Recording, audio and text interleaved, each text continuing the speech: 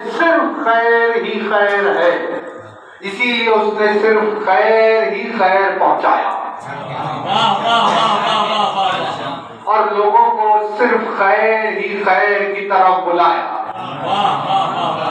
جو اس خیر ہی خیر کی طرف دوڑے وہ اللہ کے خیر ہی خیر ہونے کا اعتراف کر رہا ہے۔ نہیں توجہ نہیں کرتے؟ غدیر کے میدان میں علی کے لیے آواز حی علی خیر العمل،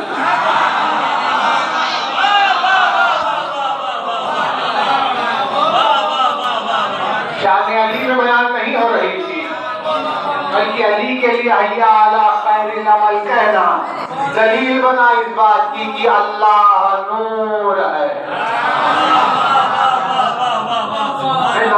نہیں کر رہے دیکھیے ہم مجلس ختم کر دیں گے کیونکہ بہت سارا ڈسٹربنس ہو رہا ہے، بات نہیں ہو رہا ہے۔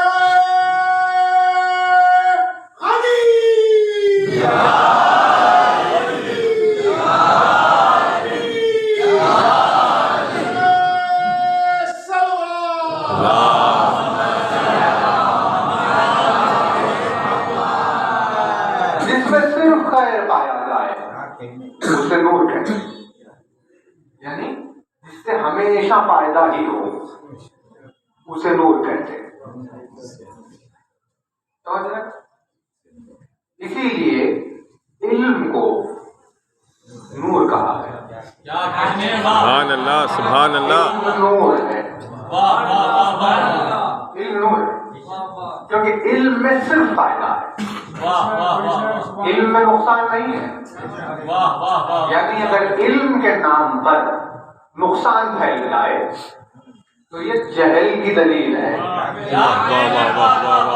سبحان اللہ۔ اور علم کے نام پر نقصان ہو رہا ہو تو یہ دلیل ہے اس بات کی کہ جاہلوں نے علم کو اٹھانے کی کوشش کی۔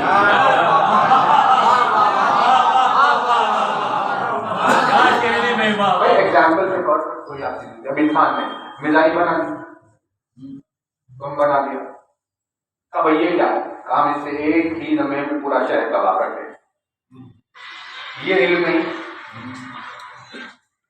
یہ کیا ہے؟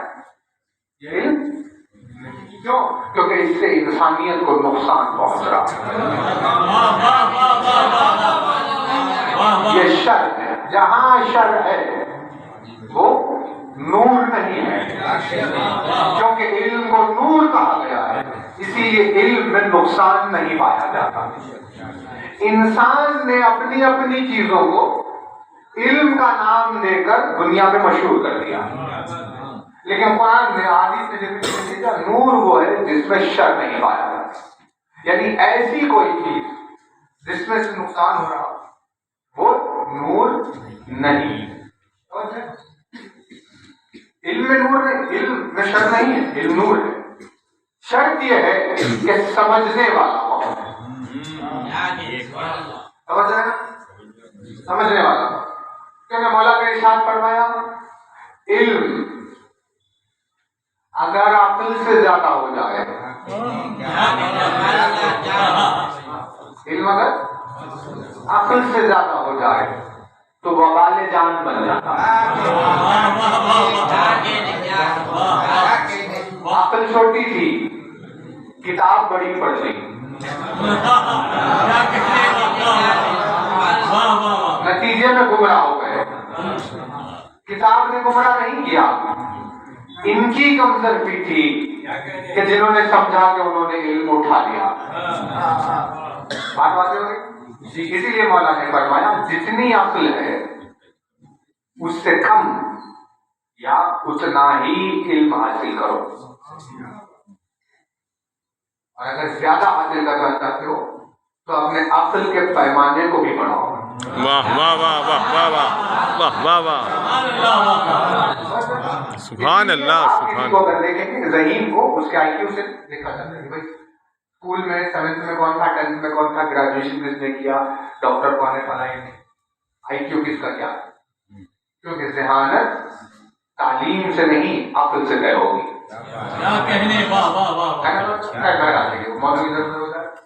لیکن علم نور ہونا یعنی علم میں شر نہیں پایا جاتا، پروردگار عالم میں علم نور قرآن کو نور کا، نور میں شر نہیں ہے، قرآن میں کوئی شر نہیں۔ آیت سمجھ میں نہیں آ رہی لوگوں کی، یہ ان کی عقیدی کمزوری ہے۔ قرآن کی آیت میں کوئی برائی نہیں۔ بھائی یہی قرآن ہے جسے کچھ لوگوں نے امن و امان کا پیغام بنایا، اور اسی قرآن کو کچھ لوگوں نے دہشت گردی بنا دیا۔ فرق کیسے ہوا؟ کیونکہ ان کی عقل میں شر تھا، ان کے ذات میں شر تھا، اسی لیے قرآن کو بدنام کر۔ ایسے ہی بہت ساری چیزوں میں پروردگار عالم نے کہا میں خود نور ہوں، سبحان اللہ، میں خیر ہی خیر ہے، میرے کسی بھی حکم میں کوئی شر نہیں ہے۔ تمہیں سمجھ میں نہیں آ رہا کہ حکمت کیا ہے، اسی لیے تم اس سے ناراض ہو رہے ہو، لیکن اس میں شر نہیں ہے۔ جب تم غور کر کے سمجھنے لگو گے تو تمہیں سمجھ میں آئے گا کہ ہاں اس میں صرف خیر تھا۔ اور یہ پوری بحث کو ایک لمحے میں ختم کرنے کا ایک آسان نسخہ ہے۔ جو پروردگار عالم خیر ہی خیر یعنی نور ہو، وہ اپنی طرف سے کسی ایسے کو نبی بنا کر نہیں بھیج سکتا جس میں شر پایا جائے۔ واہ واہ واہ واہ واہ واہ واہ واہ واہ واہ۔ یعنی خود معصوم اگر ہے تو جسے بھیجے گا وہ بھی معصوم ہوگا، کیونکہ شر کی زبان سے خیر کا پیغام بیان نہیں کیا جا سکتا۔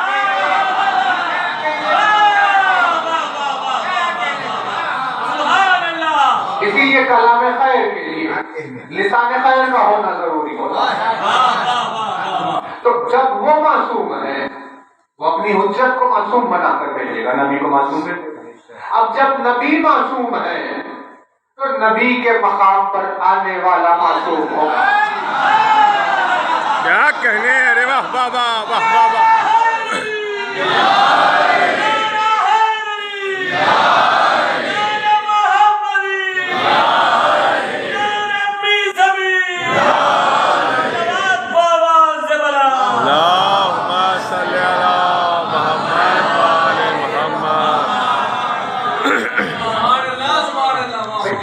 آسان بحث ہے، خدا معصوم، خدا کی حجت معصوم، جس نبی کو بھیجے وہ نبی معصوم، جو نبی کے مقام پر آنے والا ہے وہ معصوم ہے نا۔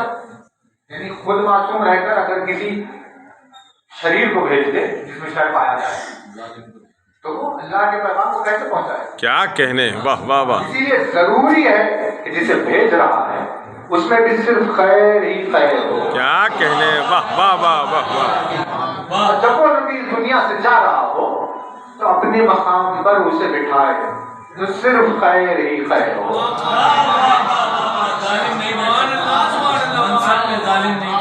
شر اور ظلم کی گنجائش نہیں ہے، دین الہی بہر پا جا رہا۔ اور ایسی بہت ساری چیزیں ہوئی۔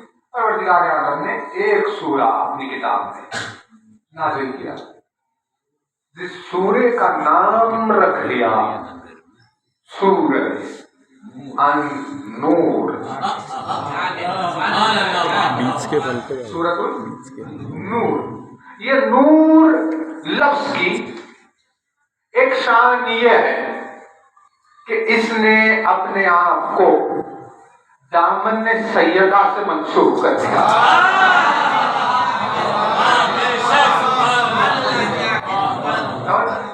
یعنی نور نے خود کو سیدہ کے دامن میں وقف کر دیا، تب جا کر لفظ نور کو اتنی زیادہ عزت ملی۔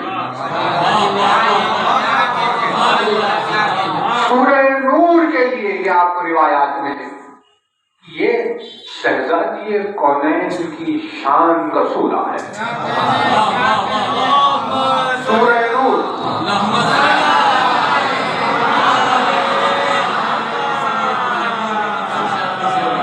سورہ نور سیدہ سے منسوب، دعائے نور سیدہ سے منسوب۔ سبحان اللہ سبحان اللہ کبیر سیدہ کے منصوب، کبیر سیدہ کے منصوب، لفظ نور سیدہ کے منصوب، سبحان اللہ یعنی جہاں کوئی نور کو تلاش کر رہا ہے، وہاں نہیں تھا، یعنی نور کہتے اس شے کو ہے کہ جو تلاش کرنے والے کو بارگاہ سیدہ تک پہنچا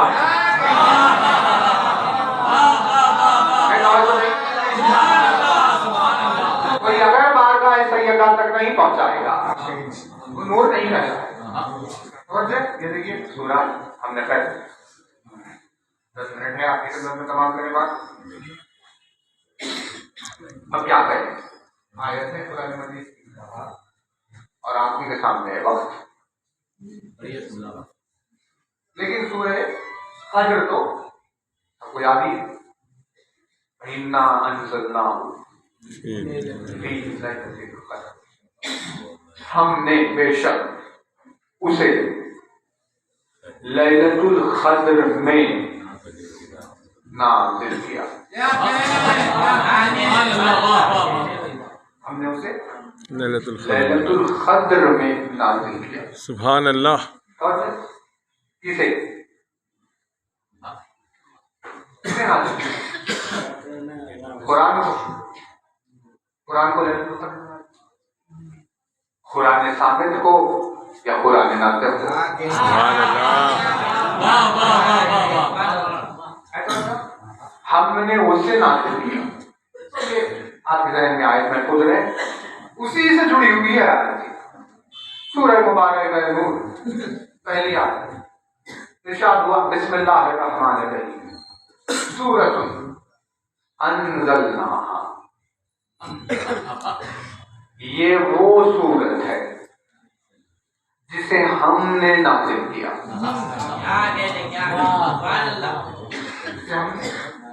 نازل کیا۔ مقصد ہدایت، نور کے نازل ہونے کا مقصد ہدایت۔ لیکن نزول کا مطلب کیا ہے؟ نازل ہونا، نازل ہونا یعنی اوپر سے نیچے آنا، اسے کہتے ہیں نازل، ڈسینڈنگ آرڈر۔ 8 7 6 5 4 3 2 1 کیا کہنے، ڈسینڈنگ آرڈر کو کہتے ہیں نزول، اسینڈنگ آرڈر کو کہتے ہیں عروج۔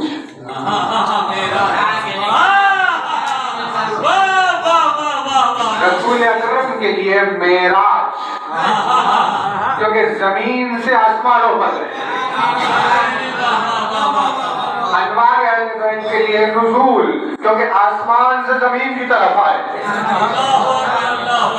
اس کا مطلب یہ ہے کہ بشر کی ہدایت کے لیے خود کو بشریت کے لباس میں اپنے آپ کو اڑا کر، اپنی شان اور شوکت اور رتبے کو چھپا کر انسانوں کے بیچ میں انسانوں جیسے اسی لیے رہے تاکہ ان کی ہدایت ہو جائے۔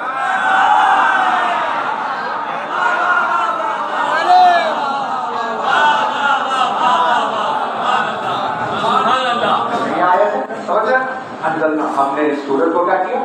نازل کیا۔ سورت الانزلنا وفرضنا، ہم نے اسے فرض کر دیا، ہم نے اسے واجب کر دیا، ہماری طرف سے پوری مخلوق پر یہ سورہ واجب ہے۔ سورہ نور واجب، یعنی نور کا مطلب ہے وجود سیدہ۔ ہم نے اپنی طرف سے تمام عالمین پر مودت زہرا کو واجب کر دیا۔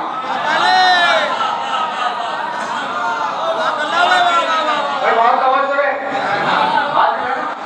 آپ ڈیفینیشن سنتے ہیں، یعنی آپ کو بیان کیا جاتا ہے واجب کہتے ہیں جس کا کرنا ثواب کا سبب، جسے چھوڑنا عذاب کا سبب ہے۔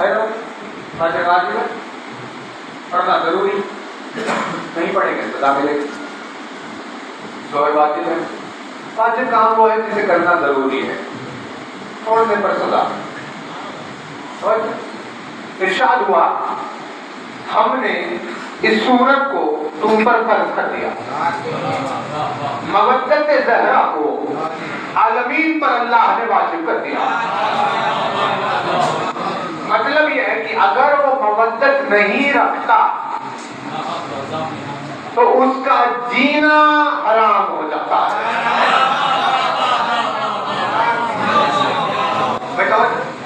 بہت توجہ رہے، دیکھیے پروردگار عالم کے پاس مزاج کیا ہے؟ قیامت کے دن جب وہ سوال جواب کرے گا تو اس وقت جو کام انسان نے حلال انجام دیا ہے اس میں سختی سے پیش نہیں آئے، یعنی اگر حلال ہے تو کچھ دیکھے گا کہ ہاں بھائی روٹی کمائی کہاں سے تھی، پروردگار محنت کی، محنت کر کے روٹی کمائی، اچھا ٹھیک ہے وہ روٹی تمہارے لیے جائز تھی، کافی تھی، چرا کر کھائی کیا کہنے، تو وہ روٹی اس کے لیے حرام ہے۔ اب روٹی کھانے پر سزا اسی کو ملے گی جو حرام، جس نے روٹی حرام کھائی۔ کیا کہنے، واہ واہ واہ واہ واہ واہ۔ حرام کھانے والوں کو سزا نہیں ہے نا، کیونکہ پروردگار عالم نے جس کی اجازت دی اس کو سزا نہیں۔ ویسے زندگی جینے کے طریقے جس میں سے ایک پہلو اس سورہ میں بیان ہے، اپنے عالمین پر مودت سیدہ کو واجب قرار دیا، جو اس واجب کو ادا کر رہا ہے اسے جینے کا حق ہے، اس کی زندگی حلال ہے۔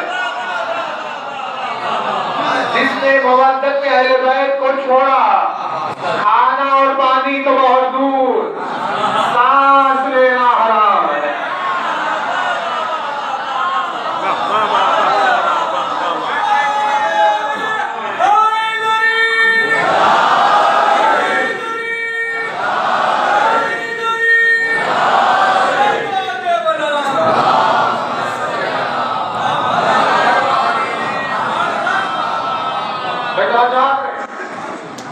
ہم نے فرض کر دیا ہے عالمین پر، یہ کیا، یہ سورہ نور ہے،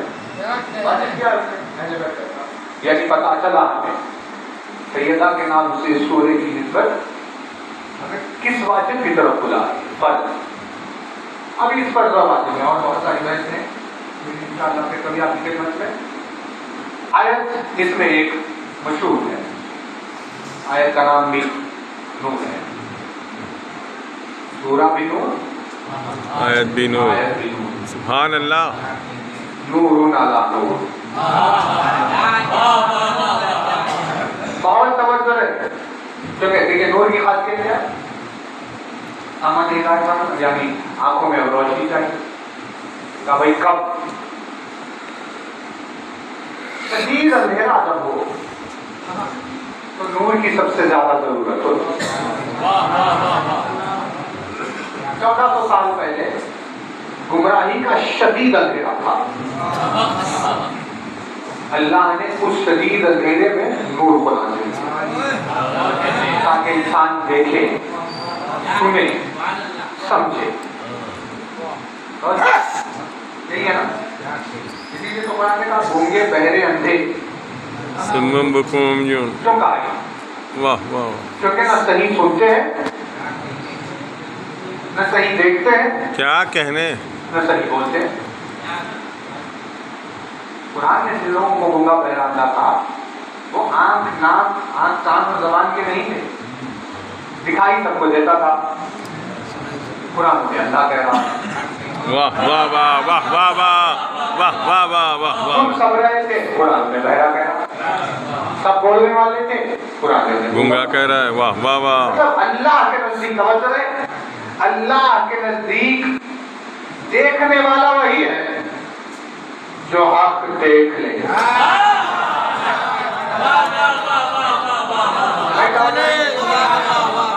بھائی بہت آسان بات ہے نا، اب آپ باہر نکلیں گے اگر راستے میں تو آپ کو 50 چیزیں نظر آئیں، تو انسان وہ ان تمام چیزوں میں باطل اور حق کو دیکھے،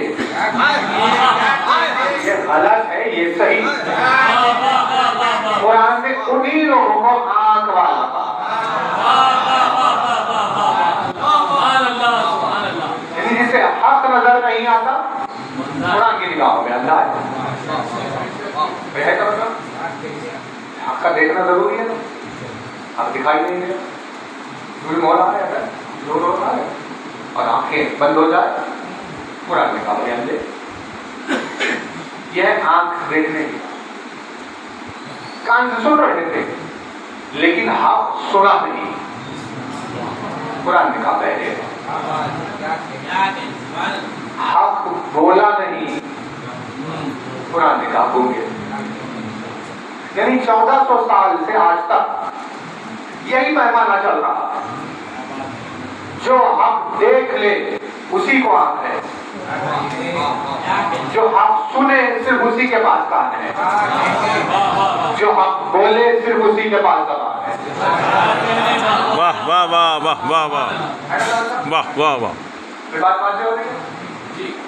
آپ دنیا میں خود ہی ذکر کر دیکھیے جن لوگوں کے ہاتھ میں پرچم حق کا ہے ان کی صورتوں کے اوپر باطل کا کالا پن نظر آتا ہے. واہ واہ واہ واہ واہ واہ. لیکن لوگ آنکھ بند کرتے چلے جاتے ہیں. تو جب نہیں دیکھا آپ کو تو حضور قرآن کیا ہوگا؟ قرآن نے کہا بیان دے. کتنی امپورٹنٹ بات. دیکھنا نور سے دیکھ. آنکھ میں نور دیا. آسمان میں سورج کو نکالا پھر وہ گڑے میں گرتے. پروردگار میں کیا ہو گیا؟ کون سا عذر تھا؟ کیا چیز تھی جو ہم نے چھوڑ دی؟ روشنی نہیں تھی. کہاں کی پروردگار؟ دل تھا. آنکھوں میں نور تھا. پھر کیسے گر گئے؟ ہے نا صاحب؟ یہ نور کتنی زیادہ اہم تھی لیکن اس سے 1000 گنا زیادہ اہم خلق کا نور ہے. آپ کو پہچانا نہیں.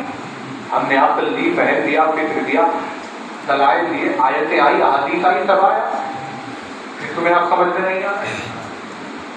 قلب میں نور نہیں ہے نا. بہت اس بات کا خیال رکھے. اب تو ایک عجب تماشا ہی چل رہا ہے باہر ہے نا. کیا یہ سیاسی اقدامات قریب آ رہے ہیں.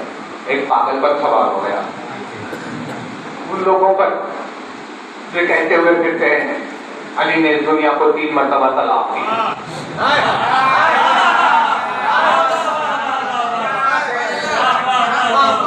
ارے آپ وہ پہ علی پھر دنیا میں کیا کر رہے ہیں؟ یعنی علی کی محبت بھی اور دنیا بھی یہ کیسے جمع ہوتی ہے؟ بہرحال آیت آپ کی خدمت میں مجلس قصد کریں. بات بہت رہ گئی. ارشاد ہوا اللہ نور السماوات والارض. اللہ آسمانوں اور زمین کا نور ہے. آسمانوں کا زمین کا نور ہے. اب نور خود ہو کر اس نے اپنے نور کی ایک مثل بیان کیا.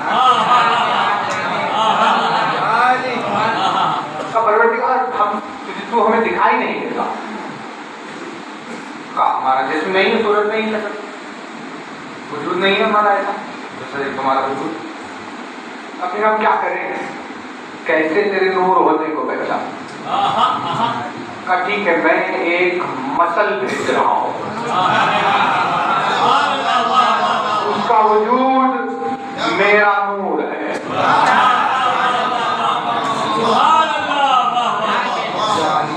وجود کیا؟ میرا نور ہے. اس میں میری روشنی پائی جاتی ہے. اس میں میرا خیر پایا جاتا ہے. اس میں میری عصمت پائی جاتی ہے. اس میں میرا عدل پایا جاتا ہے.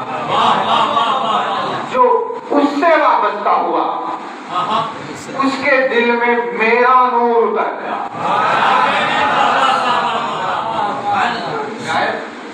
مثل نوری, اس کے نور کی مثال کمشکات فیہا مصباح.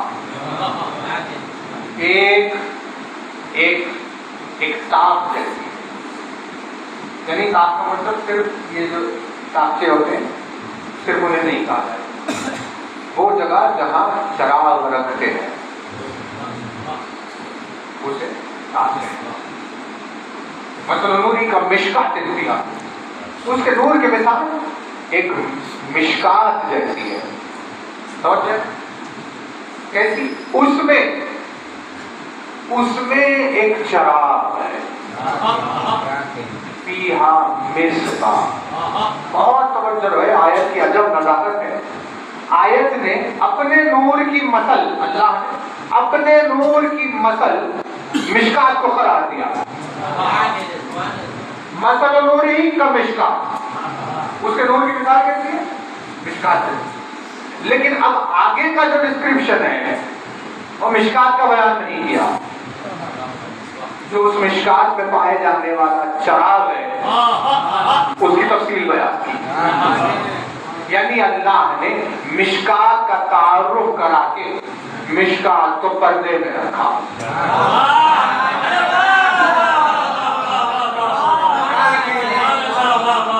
اس کی تفصیل کو روک کر اسے پردے میں رکھا، کیونکہ مشکات کا بہت گہرا رشتہ حجاب سے ہے۔ اس میں ایک چراغ جل رہا تھا، چراغ کون سا؟ فی زجاجہ۔ اب اس چراغ کی کیفیت الزجاجہ تو کانہا کوکب الدری یؤخذ من شجرۃ مبارکۃ زیتونۃ لا شرقیۃ ولا غربیہ یکاد زیتها یضیء ولو لم تمسسه نار نور علی نور یهدی اللہ لنورہ من یشاء یضرب اللہ الامثال للناس واللہ بکل شیء علیم۔ چراغ ہے، چل رہا ہے مشکات، اب کیا کرے گا؟ اس کی روشنی ہے، اس کے اطراف کی وہ کانچ ہے، وہ ستاروں کی طرح کہکشاؤں کی طرح چمک رہا، بہرحال لے زیتون کی طرف ساری۔ نتیجے میں اس نے کہا اسی چراغ سے ہم جسے چاہتے ہیں ہدایت دیتے ہیں، ہم اس چراغ سے جسے چاہتے ہیں اسے ہدایت دیتے ہیں۔ یعنی یہ چراغ جو مشکات میں ہے وہ چراغ ہدایت کا چراغ ہے۔ وہ چراغ کون سا؟ ہدایت کا چراغ ہے، کہاں؟ مشکات میں رکھا چراغ ہدایت کا، جسے راستہ تلاش کرنا وہ اس چراغ کی روشنی کی تلاش کرے، یہ ہے چراغ ہدایت۔ عجیب و غریب آیت تھی، کسی کو سمجھ میں نہیں آیا، امت پریشان پہنچی، یا رسول اللہ سمجھ میں نہیں آیا، آپ ہی بتائیے ہمیں، اس چراغ کا کچھ تعارف کرائیے، کون سا چراغ ہے وہ ہدایت جو دے گا؟ رسول اکرم نے جواب کہا ان الحسین مصباح الہدی وسفینۃ النجات، بے شک کہ حسین ہدایت کا چراغ ہے، یعنی حسین ہدایت کا چراغ مشکات میں رکھا ہوا ہے، یعنی سیدہ کی آغوش اللہ کے نور کی مثل ہے۔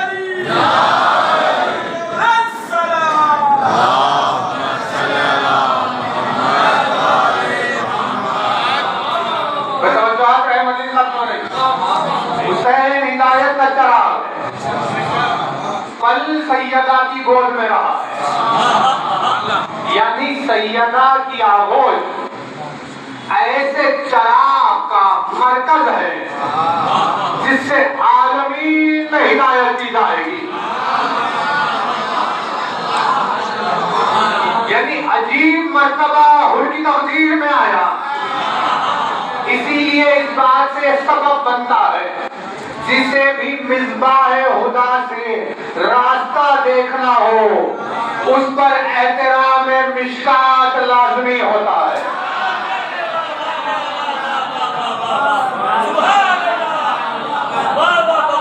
جو احترام مشکات نہیں کرتا اسے مصباح ہدا سے ہدایت نہیں حاصل ہوتی.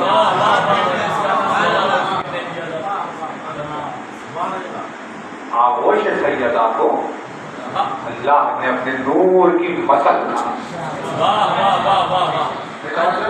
سیدہ کا وجود ہدایت نہیں کر رہا، سیدہ کی گود اس چراغ کو پال رہی ہے جو عالمین کی ہدایت کر رہا. آغوش سیدہ کو اللہ نے اپنے نور سے مثال، میرا نور اس گود کی طرح جس میں ہدایت کا کلام ہے. خدمت میں آپ کی قول دورہ ہے بہت عظیم شان پر کسی سے مجلس کا احترام بھی واضح ہوتا ہے. مولا نے فرمایا میں نے قلب کے نور کو فکر و بکا میں پایا. فکر اور بکا جہاں پایا جاتا وہاں قلب کا نور ہے. حسین کی مجلس سے اسی لیے دلوں کو منور کرتی، فضائل سے فکر مسائل میں بکا.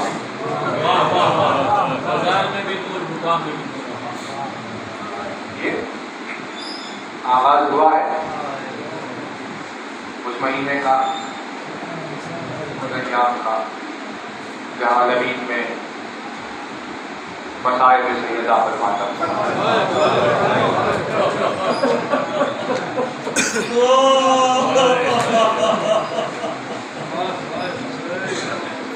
اس آیت کے دل میں بات یہاں تک آئی ہے تو بس آیت بھی ہم وہی پڑھے. آپ نے کبھی محسوس کیا ہوگا کہ جب کسی ماں کی آغوش میں بچہ کھیل رہا ہوتا تب بھی کئی ایسے موقع آتے ہیں جہاں ماں کی آنکھ سے آنسو جاری ہو جاتے ہیں. یہ احساس ممتا ہے. آغوش میں اولاد کے کھیلتے ہوئے رہنے پر بھی جس کا دل ٹوٹ جائے وہ اپنی گود میں پلی ہوئی اولاد کو کن آنکھوں سے جلتی ہوئی زمین پر تڑپتا ہے.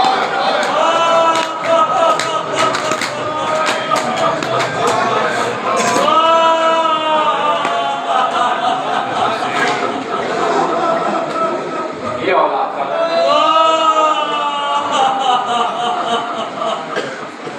عجیب نسبتیں ہیں. سیدہ کی مظلومیت حسین نے وصیت کی وقت آخر ماں کو پکارا. سرزمین کربلا حسین کا سر وقت آخر آغوش سیدہ پہ تھا. کیونکہ جن مصائبوں سے حسین گزرے، جن تکالیف جو زخم جو جس میں مجروح، کسی جگہ حسین کو اب راحت نہیں مل سکتی تھی سوائے ماں کی آغوش. لیکن سیدہ کی گود، سیدہ کی آغوش اس منزل کو کیسے برداشت کرے. بچے کی ہم ختم کر رہے ہیں مسجد، یہ مسجد سے چلو میں پھر انشاءاللہ ایک جملہ حسین کی بیٹی کے تعلق سے چلو کا کر کے مسجد تمام.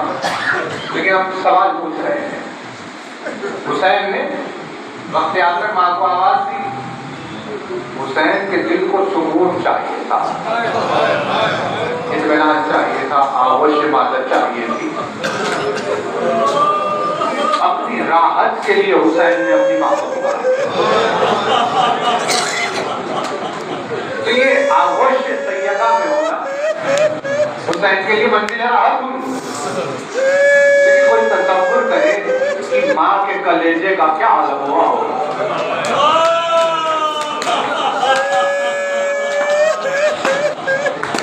جب اولاد میں حسین جیسے بیٹے کا دم ماں کی گود میں نکل رہا ہے,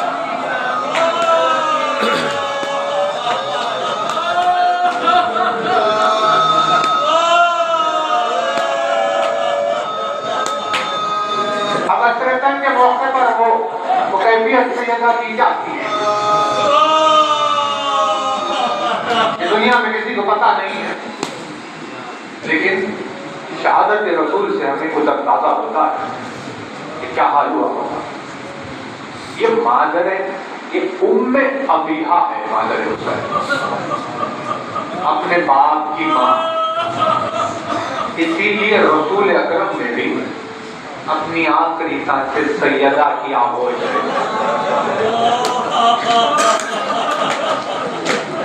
اس دنیا سے اللہ کے رسول کا گزر ہونے والا ہے, اور شہزادی یہ کونین کی آغوش میں سر رکھے آرام کرے.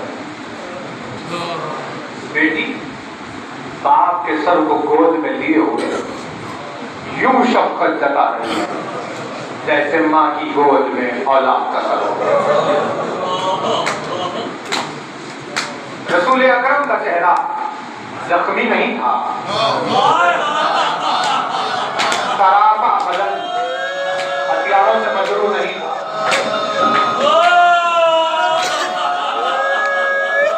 لیکن سیدہ کے دل کا حال کیا ہوا.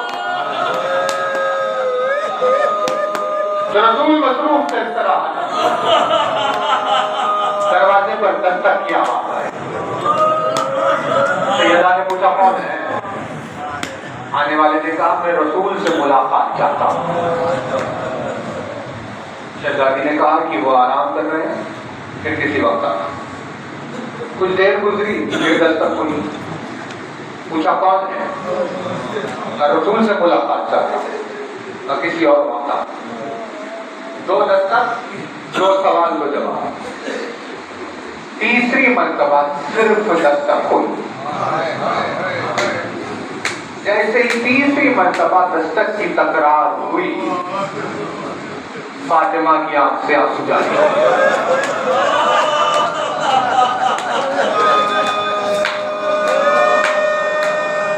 یہ قلب سیدہ کی نزاکت ہے, جس کا دل اتنا نازک ہو کہ 30 مرتبہ دستک کی تکرار پر ٹوٹ جائے. ان کے دل کا کیا حال ہوا ہوگا اس وقت جب چلتا ہوا دروازہ پہلو کیا تھا.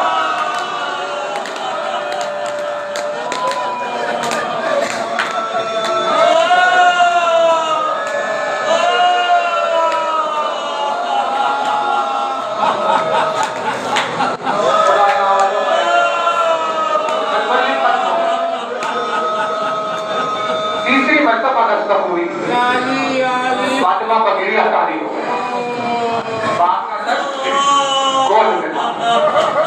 سیدہ کی آنکھ سے آنسو جاری ہوئے. ایک مرتبہ آنسو رسول کے رخسار پر گرے. رسول اکرم کی آنکھ کھلی.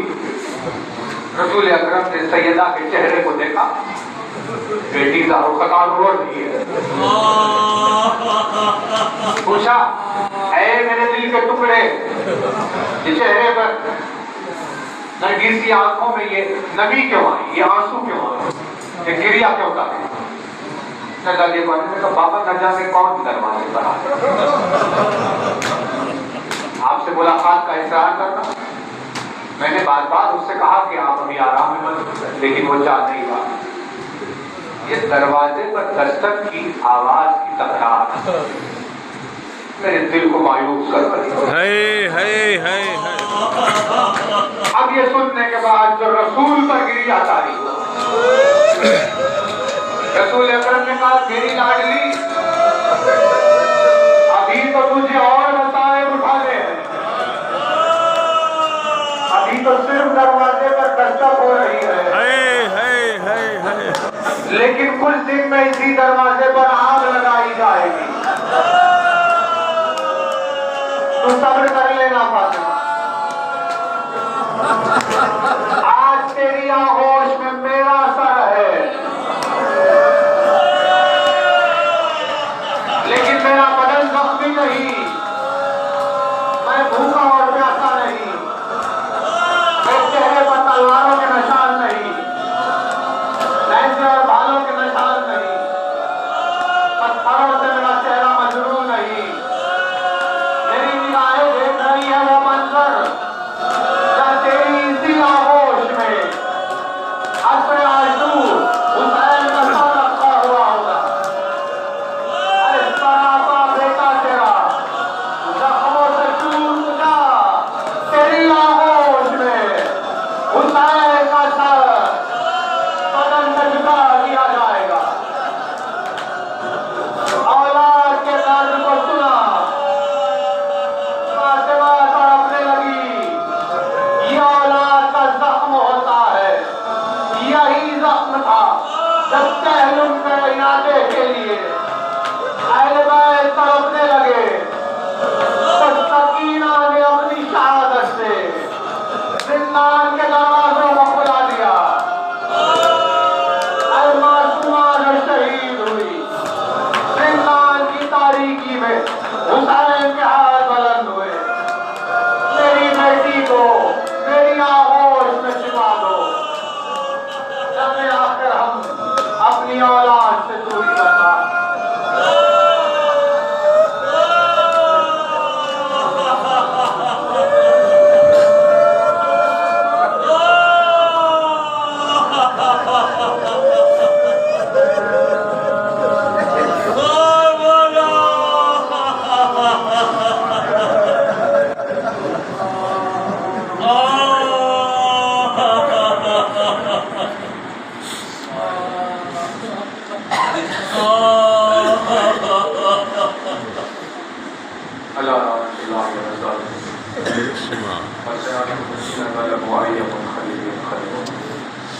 بارگاہ پروردگار عالم مبارک اور مقدس ذکر عزاداروں سے بھی روزاری کی وسیلے دعا ہے، تمام صاحبان ایمان کو اپنے ایمان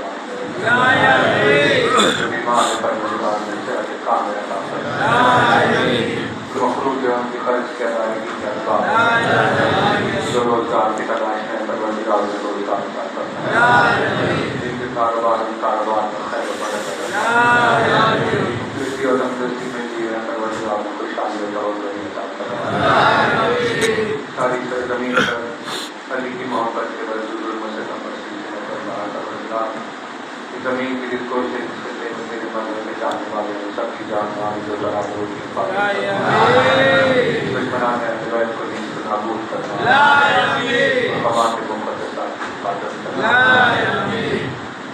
خدمت میں آپ کی اعلان ہے مسجد عطا سید الشہداء مسجد کی رہبری مرحوم فدائے عباس المعروف عقیل جبار ابن جعفر حسین صاحب جو کہ 25 نومبر پرسوں ہفتے کے روز شام میں 7 بجے ٹھیک 7 بجے انشاءاللہ مقرر ہے، الغدیر کوٹلہ علیجہ جعفری گلی میں مسجد اعظم کا اہتمام ہے۔